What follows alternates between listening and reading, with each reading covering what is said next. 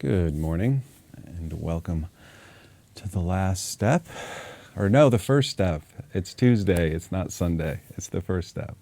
Thank you for that reminder. Where I have recently invited you guys in to join me in my morning practices, and where I invite in the Spirit.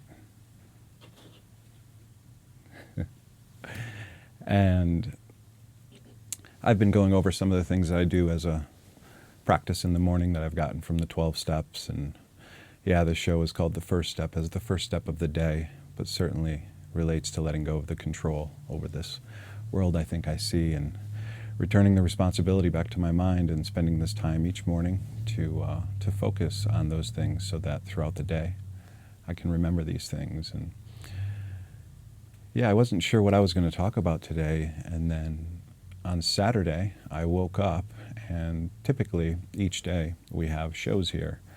Jason has shows on Monday, Wednesday, Friday. I have Tuesday, Thursday, and we have Sunday. So Saturday's the one day that we're not set up in the studio. So I woke up and I felt really silent, like I didn't want to speak. And it doesn't really happen to me often. Some of the ones that have been in the community a long time, they often have these quiet days where they just fully step back. And I had that feeling on Saturday. I woke up and it was like I couldn't even really speak. And we had a morning meeting, and in the morning meeting I was trying to speak, and in the middle of a sentence I was like, I just can't talk.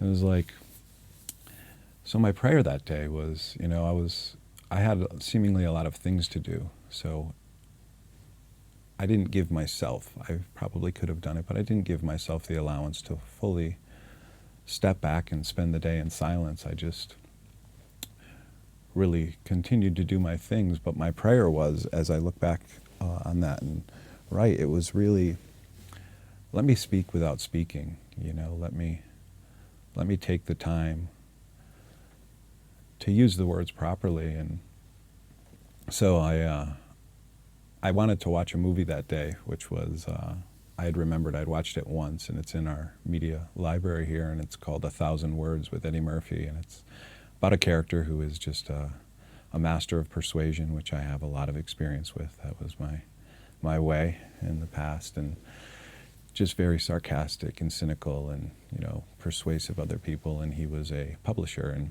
in this movie I ended up watching it last night. I didn't watch it that day, but he has a tree. He actually tries to sign this guru or the spiritual guy, and he writes a book and he wants to publish it, and he goes and sees him, and he's coming from that getting mechanism. So Spirit answers his prayer with a tree in his backyard. With every word that he speaks, the leaves fall from the tree, and when the tree dies, he thinks that he will die. And so he has to watch his words so closely in the movie. And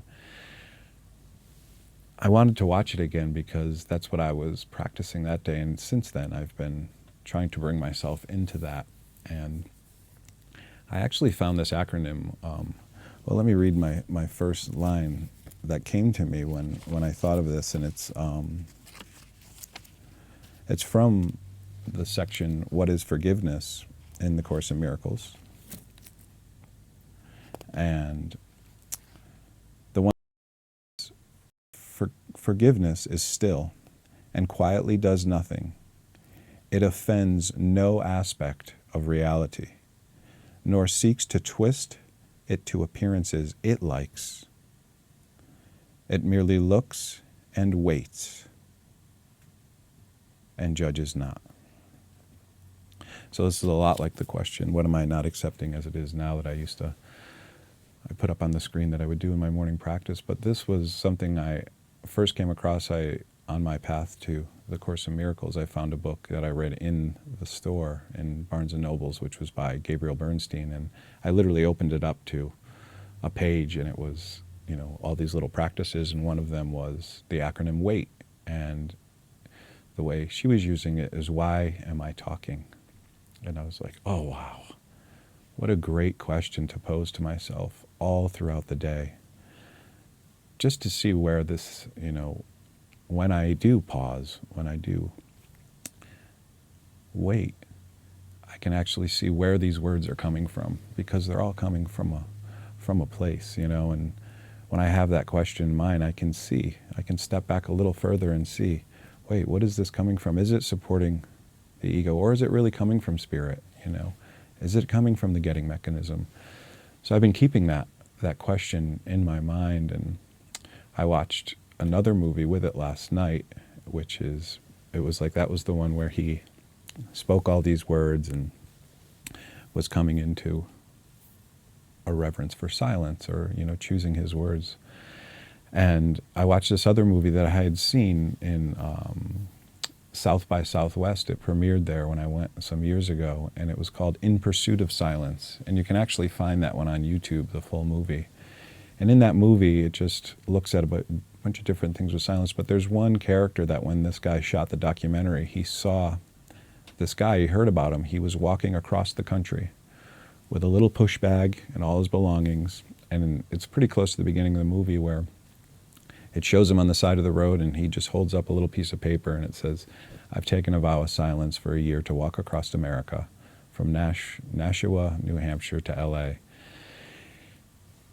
And then throughout the movie, it'll cut back to him in different parts of the country where this documentary filmmaker caught up with him, and it would show, he'd hold up another piece of paper that showed some of the words where he was really going much deeper into his mind and saying how he's losing track of the time because he's really looking inward rather than focusing on all the sounds and, words of the world. And what was really interesting about it was at the very end, at the end of the year of his silence, and he's in L.A., he's on a beach in L.A. when the guy interviews him, and interviews his first words. And I actually didn't get that far in the movie last night, but the first time I watched it, I don't know if they are his first words, but he speaks about how violent it feels to speak.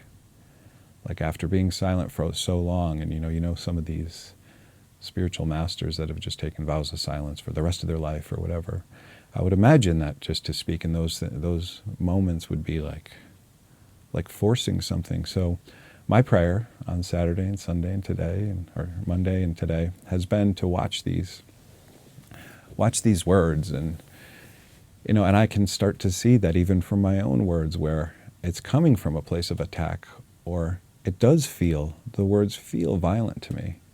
In truth, all words are judgments putting meaning on something, so they are attack. They're limiting judgments. The world was formed in vengeance, that the Course says, and if I'm placing meaning on something, it is an attack, really, on the truth.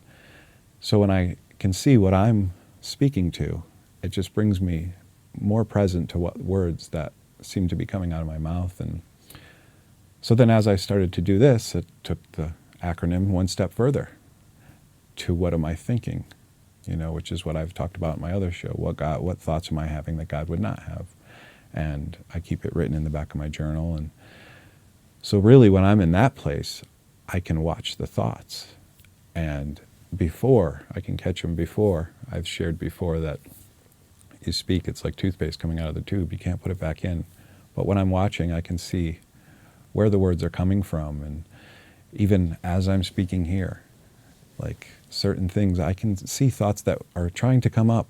They're trying to come out of my mouth, whatever they are, to support the ego. When I spoke about the movie and that guy, there's a thought there that, tell him that you met the guy in South by Southwest, to support some kind of idea of myself or what people think of me. But as I see all those things come up, I can settle into what words would you have me speak. And so those two questions have been going with me daily. Like, why am I talking? And sometimes give myself the permission to stop mid-sentence when I realize that I'm talking something that is nonsense, or it's supporting the ego, or I can just stop mid-sentence. And it's one of the hardest things to do. It's like, it's an unworthiness, but I need to give myself that permission to just stop and be like, can you pause with me? Can you wait? So I can see the thoughts. So that has been my practice. I thought about the show. I'm like, maybe I can just come on and be silent for 20 minutes. And that would be me demonstrating, me choosing my words. But then this morning, it was actually really funny. I was drawn to this one lesson that I've read before. I've gone through the lessons a few times, but this lesson came to me. And then as I was sitting there, words came to me, and I didn't know where they were from in the course, and I didn't have my computer with me, and so I flipped ahead to what I thought was today's lesson, because I don't do the lessons daily, but we have a morning meditation where we put it up on the screen, and I read it and, pray with the lesson. And on Sundays we don't do it, so we skip that morning. We don't have a meditation, so I don't see that lesson. So it's 3:52 for those of you that are doing the lessons daily. But now I realize when I went back and looked that morning that I had that silence, or I just didn't want to use words. The next morning was from 3:50 to 3:51. In between is the "What am I?" question in the course. It's number 14 of part 2. And right in there in paragraph 2 it says, "Our use for words is almost over now." I was like, oh. And then later on it says, "The truth of what we are is not for words to speak of nor describe. Yet we can realize our function here, and words can speak of this and teach it too, if we exemplify the words in us." So I thought that was really cool that was coming up the following morning to this experience I was having. But the real lesson that I was brought to when this stuff was coming in was lesson 106. And it's, "Let me be still and listen to the truth." And I'm just going to read some of this because it really, as I read this, it landed in a deeper place than it had before the first time I went through. "I will lay aside the ego's voice, however loudly it may seem to call. If I would not accept its petty gifts that give me nothing that I really want, and if I will listen with an open mind." See, that's the most important part for me, is this open mind. And in recovery, they say HOW. The acronym in recovery, HOW, is honesty, open-mindedness, and willingness. And for me, always that open-mindedness was something that I needed to train my mind to be open, because there's so much that tries to tell me I think I know something. "If I would listen with an open mind that has not told me what salvation is, then I will hear the mighty voice of truth, quiet in power, strong in stillness, and completely certain in its messages. Listen and hear my Father speak through me, his appointed voice, which silences the thunder of the meaningless and shows the way to peace to those who cannot see." I love that line, that the thunder of the meaningless, that's all this other voice is trying to offer me up. "Be not afraid today to circumvent the voices of the world. Walk lightly past their meaningless persuasion. Hear them not. Be still today and listen to the truth. Hear only him today, and do not wait to reach him longer. Hear one voice today. Hear and be silent. He would speak to me. He comes with miracles 1,000 times as happy and as wonderful as those I ever dreamed of or wished in my dreams." And it says, "Prepare myself for miracles today." This is what I also do in the morning, is this: expect miracles, prepare miracles. If you didn't watch my show yesterday and watched last Thursday, I set the intention of this holy relationship. I wanted to have every encounter, and I said, I want to let go of this anticipation I have of a certain encounter that I may have today. And it was with one of the guys that's working on our building, and I really said, no, I want this to be a holy encounter. I expect miracles. I literally got up from the camera, walked to my room, felt to go for a walk, walked down the street and saw him, where I've never seen him. He hasn't been around for 2 weeks, doesn't live in this town, and I saw him. I opened up the doors to Chevron, and there he is. I'm like, Mikhail, it's a Christmas miracle. And we just joined in the, are you going to come by? And he came by and did some of the stuff. But I was able to go into that with this, prepare myself. I'm preparing my mind in the morning for these miracles. So I'll read another couple paragraphs here. Hear him today and listen to the word that lifts the veil that lies upon the earth and wakes all those who sleep and cannot see.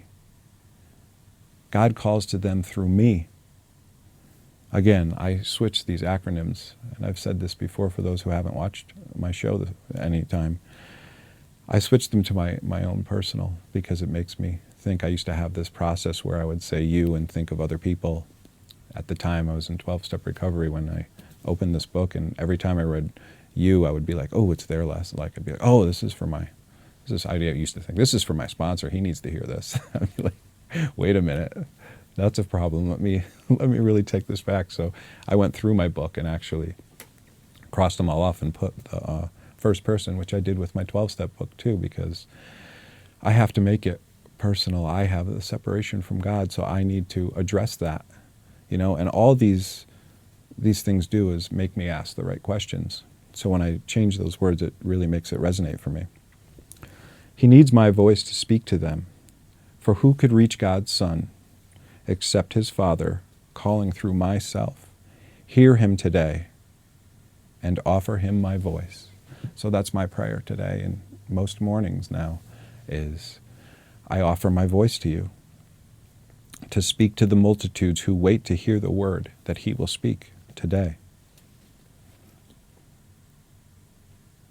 Listen today, and I will hear a voice which will resound throughout the world for me.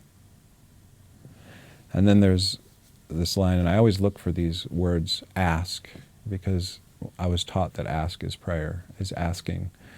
Asks for nothing, receives everything is the true prayer. But in this it says, ask and expect an answer.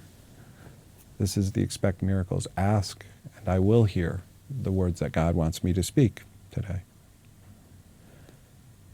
And then this part, this is great because it showed up here. This movie I watched was 1,000 words, and then the section I'm drawn to has the word 1,000 in it 3 times. I was like, be still and listen to the truth today. For each 5 minutes spent in listening, 1,000 minds are open to the truth, and they will hear the holy word that you hear, that I hear. And when the hour is past, I will again release 1,000 more who pause and ask the truth to be given them along with me. Do not forget to reinforce my choice to hear and receive the word by this reminder given to myself as often as possible. Let me be still.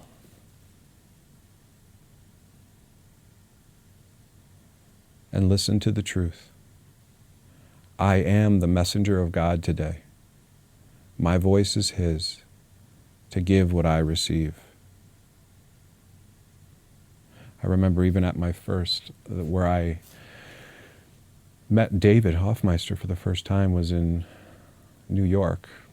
And I had only been reading the course for about a month, and I went down to the conference, and I remember Tony Panicella was speaking to the whole crowd, and there was a lot of people there. It was a big conference, 750 or something, and it was in the main room, and he asked everyone, now I'd only been reading the course for a week, and pretty much way in the back. And he said, all the teachers of God stand up. And most of the room stood up, and I was like, I ain't no teacher of God. Like, I had so much. So even for me to read this line, I am a messenger of God today, like it was pretty powerful for me to even be able to say the words now and have little resistance, not great resistance to it. So today this is really my prayer, is to hand over my voice and to watch my words and watch where they want to attack or where they come up, and then go further to this practice of watching my thoughts so that I can see them before they come. I can see the words before they even want to come out, and I can choose again in that moment. And sometimes when the words come out, I can choose not to judge them as well. So then I always think of a song, usually in the morning, to help me remember whatever my lesson was in the morning or whatever my prayer is. And, today being this, watching my words, and I had another song come to me yesterday, and it was Cher. Words are like weapons that wound sometimes. That comes from a song called If I Can Turn Back Time. Well, I can, by practicing these things and setting the goal and all these things that I talk about in the morning. I can slow time down and eventually reverse it, like in Mr. Nobody. But the song that I want to keep in my mind for today is the song from the fray, which is, be still and know that I'm with you. Be still and know. Yeah, we have a few people in the community that have sung that, and maybe we'll find a link to that and put it up there, because I know a few have sung it. So, so I don't have many words today. We have a silent retreat coming up too, which I'll be spending a week at, and I really want to take this practice right into the new year. And it's funny because the lessons now, it's at 3:50 that it says, the time for words is almost over. And it's like the end of the year is coming, and make this new year different by making it the same. And we have this 3-week silent retreat that we're having at the monastery, which is called The Sound of Silence, which you can find on our event page. I think it may be filled up at this point, but there'll always be another one. So join me in the silence, and have a great day watching the thoughts with me and the words. So go with God.